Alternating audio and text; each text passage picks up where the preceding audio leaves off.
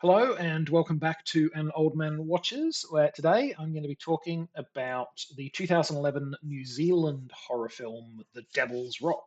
And the movie is set during World War II, just prior to the D-Day landings. Two New Zealand commandos are on a sabotage mission in the Channel Islands. Although those islands are located only just off the coast of France, they are British territory and were in fact the only part of the UK to be occupied by German forces during the war. Now, expository dialogue tells us that the purpose of this mission is to distract Nazi attention from the real landing sites in Normandy, which I find a little bit dubious, given that the Channel Islands are only just off the west coast of Normandy. It's very much right next door. But let's move on from that, as the why of the raid isn't really all that important to the plot, just the fact that it is happening. And there were raids on the Channel Islands during the war. Now, our two commandos are well trained veterans who swiftly complete their assigned task, which is the sabotage of an artillery emplacement.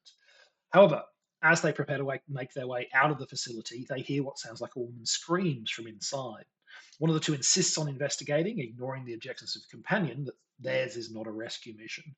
Now, as you might expect, this diversion from the mission goes poorly. One of the two commandos quickly ends up dead, and the other finds himself in a possibly even more difficult position, stuck in a game of cat and mouse between a sinister Nazi and a literal demon from hell. Oh, and the demon from hell is able to take on the commando's dead wife, adding an extra layer of trauma to the situation. So basically, it's going to be a very long night for Mr. Commando. Now, as noted earlier, this is a New Zealand production, and although set in Europe, it was actually filmed on completely the other side of the world, Wellington Harbour on the southern tip of New Zealand's North Island, and features a cast of Kiwi actors.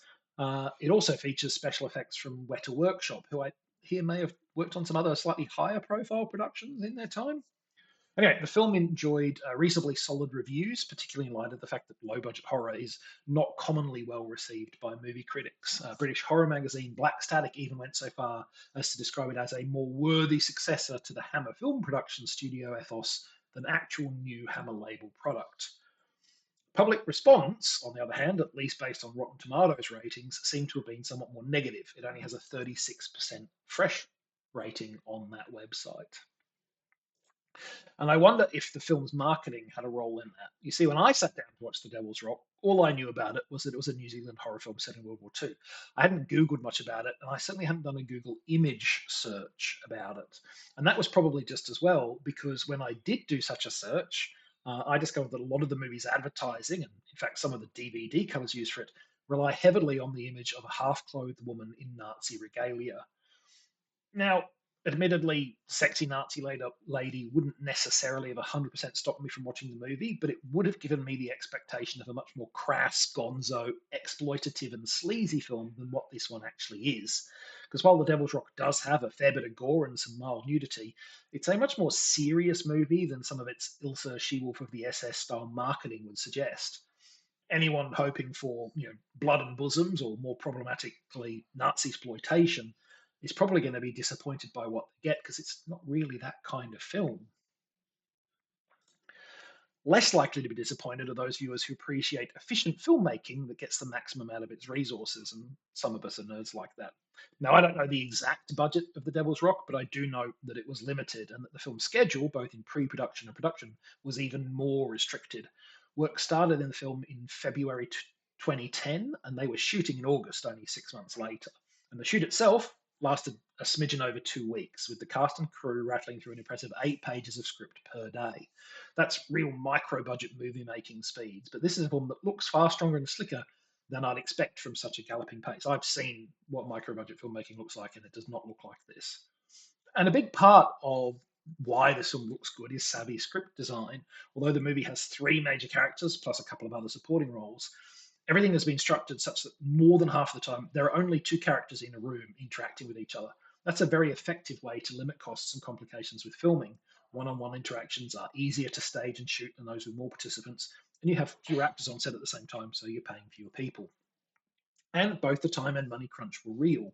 The Weta team were about to start work on a little project called The Hobbit, and they were definitely not going to be available for this picture once that work got underway.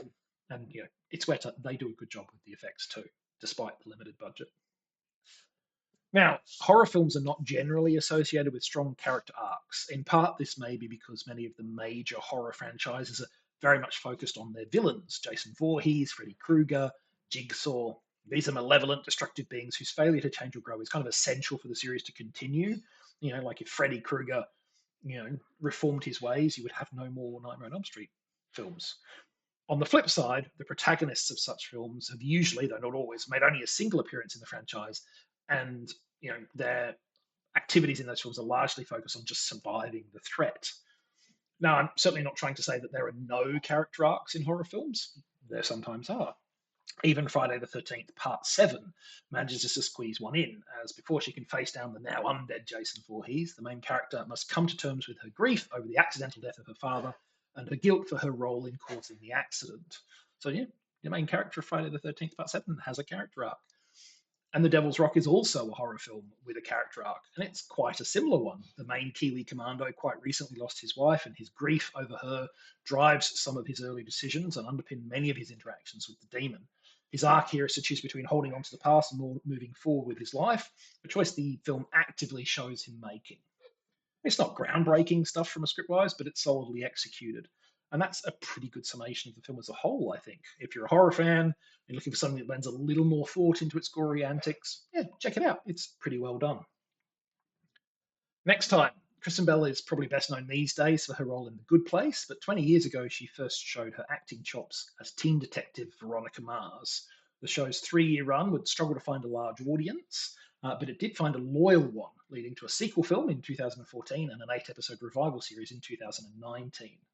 But that is for next time. For now, thanks for watching. I hope you enjoyed this video. And if you've seen The Devil's Rock, let me know what you thought of it.